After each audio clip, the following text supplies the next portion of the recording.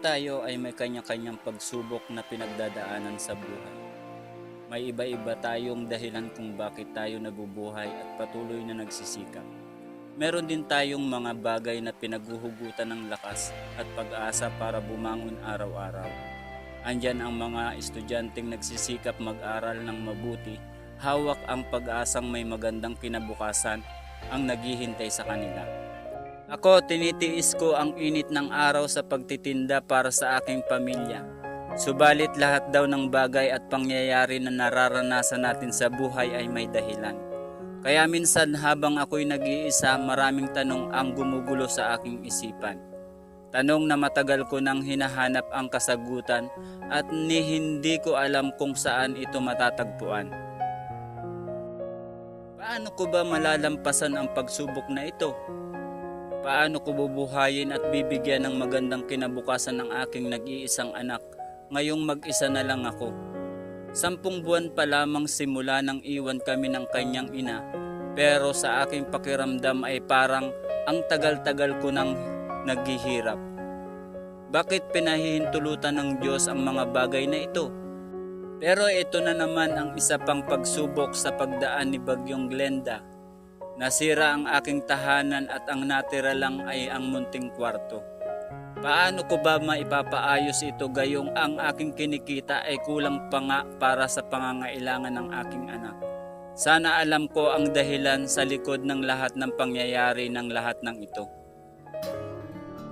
Isang bagong umaga na naman, isang bagong hamon na naman ang aking haharapin. Na sa kabila ng lahat ay babangon ako na may ngiti sa labi. Gaano man kahirap, gaano man kapagod, handa akong harapin ang bagong umagang sasalubong sa akin. Sa bawat malamig na umaga, pumupunta ako agad sa lugar na mantagbak. Sa oras ng 4:30 ng madaling araw, para sa aking ikinabubuhay ang pagtataho. Dito ko kinukuha ang mga kakailanganin para sa pagtataho tulad ng soya, arnibal, kap at sago. Sa ganap ng 6:00 ng umaga, ang simula ng aking paglilibot para sa aking ikabubuhay. Kung titingnan mula sa malayo ay mukhang simple lamang ang trabahong ito, ngunit sa bawat hakbang na aking ginagawa ay nakasalalay ang pang-araw-araw na pangangailangan ng aking anak. Mula sa pag-iikot sa lugar ng mantagbak, ang sunod na destinasyon ko ay ang palengke ng daig. Nagbabaka sakaling mapaubos agad ang aking tindang taho. Ngunit may panahon talaga na para lang akong hangin sa mga tao, na para bang walang nakakapansin.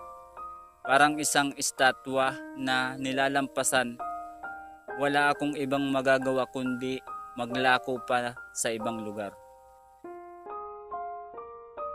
Pumupunta ako sa bayan ng Mercedes, haharap muli sa bagong mga tao, bagong lugar.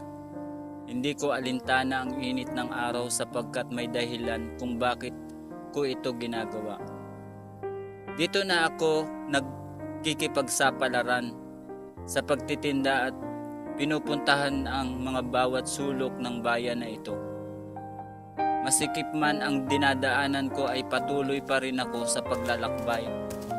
Nagbabaka sakali na makapagbigay saya sa isang bata na naghahangad ng isang baso ng taho. Matapos ang ilang oras na pagpapagod, lubhang nakakapanghina na makita ang natira sa paninda ko. Kadalasan, mang hindi nauubos ang aking paninda, ay pilit ko pa ring pinagkakasya ito upang mabili ang mga pangangailangan ng aking anak. Dala ang konting perang pinagpagudan, ito ay mapapalitan na ang mga pangunahing pangangailangan ng aking anak, katulad ng gatas at iba pa, at halos wala nang matitira para sa akin. Malayo pa lamang ay natatanaw ko na ang matamis na ngiti ng aking anak. Bawat mahigpit na yakap na ibinibigay sa akin ng aking anak ay sapat na para mapawi ang lahat ng pagod at hirap sa maghapong pagtitinda. Masakit man ang loob ko ay kailangan kong umalis at iwan siya dahil sa magiging maayos ang kalagayan niya sa pangangalaga ng aking pinsan. Sa aking pag-uwi, naghihintay ang mga gawaing bahay na aking naiwan nung ako ay magtinda. Kinakailangan kong labhan ang aking damit kahit maghapon na ako sa init ng araw. Dahil sa ako ay wala nang aasahan pa, ako na rin ang gagawa ng pagluluto, paglilinis at paglalaba. Ito na naman muli ang mga tanong sa aking isip na parang bang paulit-ulit lang lahat ng bawat araw na dumadaan. Ngunit sa kabila ng lahat sa aking mga nararanasang kalungkutan sa tuwing ako ay binabalikan ng nakaraan, na sa tuwing ay hinihiling ko na sana isang araw makapiling ko muli ang aking asawa. Sa kabila nito, isang bagay ang nakuha ko sa gamit ng aking asawa. Ito ay isang simpleng libro na punong-puno ng aral at salita ng ating Panginoong Diyos. Dahil sa librong ito, marami akong napagtanto sa aking sarili. Natuklasan ko ang mga sagot sa tanong ko at nabibigyan ko ng bagong pakahulugan ang aking buhay. Ito na lamang ang nagpapagaan at nagpapatibay sa aking kalooban na kahit kailan alam kong hindi na ako muling mag-iisa. Sa lahat ng laban at mga pagsubok na aking pinagdadaanan, kasama ko lagi ang aking anak. Naniniwala ako na makakamtan din namin ang tagumpay. Hindi kami nakakalimutan ng poong may kapal dahil may nakalaan na magandang kinabukasan para sa amin. Ito ang nagturo sa akin para buksan ang aking isipan na kahit wala na at hindi ko na makakasama ang aking asawa at kung minsan nawawalan na ako ng pag-asa, palaging isinasa isip ko na maging malakas ako para sa aking anak.